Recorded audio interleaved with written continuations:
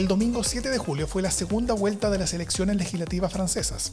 Celebraron las izquierdas, el centro respiraba aliviado y la ultraderecha estaba de funeral. Pero detrás de las reacciones hay malas y buenas noticias para su democracia que antes de estas elecciones ya estaba en peligro. Como vimos en un capítulo anterior, tras la elección europea y el buen resultado obtenido ahí por la ultraderecha, Emmanuel Macron llamó a una elección legislativa para buscar una clarificación.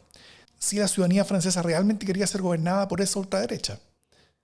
Su apuesta era que podía utilizar el miedo a ese mundo, que ha sido el gran movilizador político en Francia el último par de décadas, para obtener un mandato más claro para gobernar.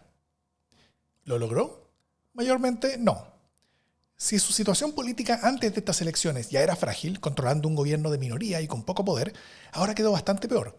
Su alianza ya no es la principal en la Asamblea Nacional, por lo que ya no podrá gobernar sola.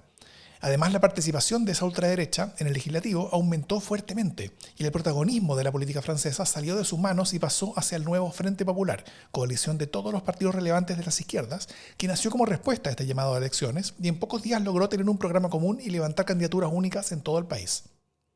Este nuevo Frente Popular es un mundo amplio y diverso, desde el tradicional y relativamente moderado Partido Socialista de centro-izquierda, junto a los Verdes, pasando por la Francia insumisa de Jean-Luc Mélenchon, hasta el pequeño Partido Comunista, entre otros actores menores.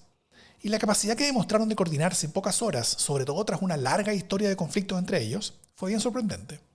No es raro que hayan celebrado el haber quedado como el principal actor en la Asamblea Nacional y con la primera opción para conformar gobierno. El centro de Macron, en cambio, respiraba aliviado, no porque hubieran cumplido sus objetivos, sino más bien porque el resultado pudo haber sido mucho peor para ellos.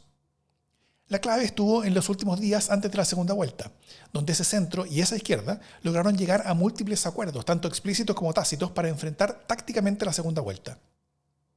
Resulta que a la segunda vuelta de las legislativas en Francia pasan todas las candidaturas que logran más de 1/8 o 12,5% del voto.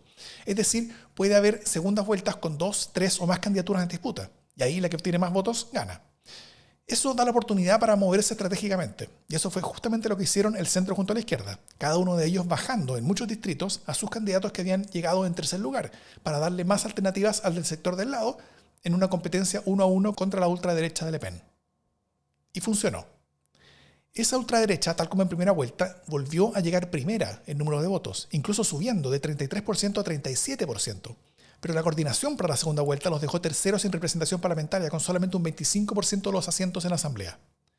Con las izquierdas en primer lugar con un 31% y el centro en segundo con un 28%. Esto explica el enojo sentido por la ultraderecha, que siente que le robaron la expresión legislativa del primer lugar que ganaron en las urnas. Y aquí están las noticias malas y buenas de las elecciones. Entre lo malo está el hecho que la ultraderecha de Le Pen sigue avanzando. Ahora ya en 2 elecciones consecutivas han logrado posicionarse como el sector político con más votación, y no parecen detenerse. Pero por el otro lado, el resto del mundo político demostró capacidad de coordinación para bloquear el acceso de esa ultraderecha al gobierno, en lo que se conoce como el cordón sanitario, que en Francia se expresa políticamente como el histórico Frente Republicano, cuya reconstrucción muchos pensaban que ya no era posible. Pero ahora, habiendo demostrado que este cordón sanitario aún tiene cierta vitalidad, puede proyectarse también para la disputa mayor que serán las presidenciales del 2027.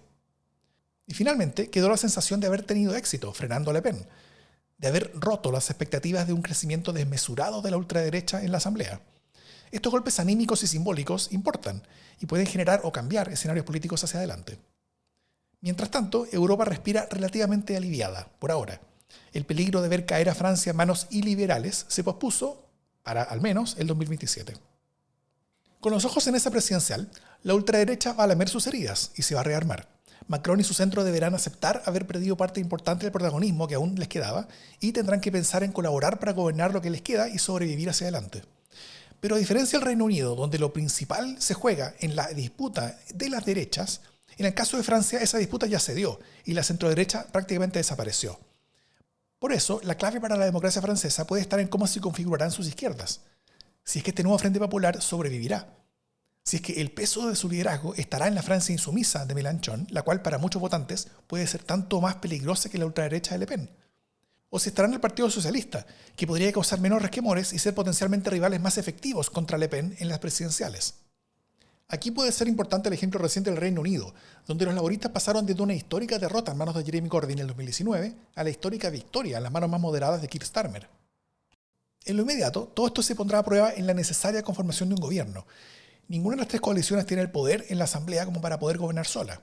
Pero Francia no tiene cultura de coaliciones amplias, por lo que será muy difícil lograr los acuerdos necesarios entre izquierdas y centros para poder elegir a un primer ministro o ministra que cuente con una mayoría parlamentaria. Las izquierdas exigen tener el gobierno solo para ellas, por haber llegado primeras. Macron difícilmente se los dará. Él preferirá un gobierno de coalición amplia, donde su centro participe. No está claro que puedan construirlo. Y si no es posible llegar a acuerdos, siempre está la posibilidad de un gobierno tecnócrata que administre todo hasta las próximas elecciones, tal como el de Mario Draghi en Italia. En lo urgente, el 26 de julio comenzarán los Juegos Olímpicos de París. Y pronto atletas y público van a empezar a llegar a una nación que bien puede no tener un gobierno funcionando. Pero al menos tendrá una democracia que sigue mostrando señales de vida.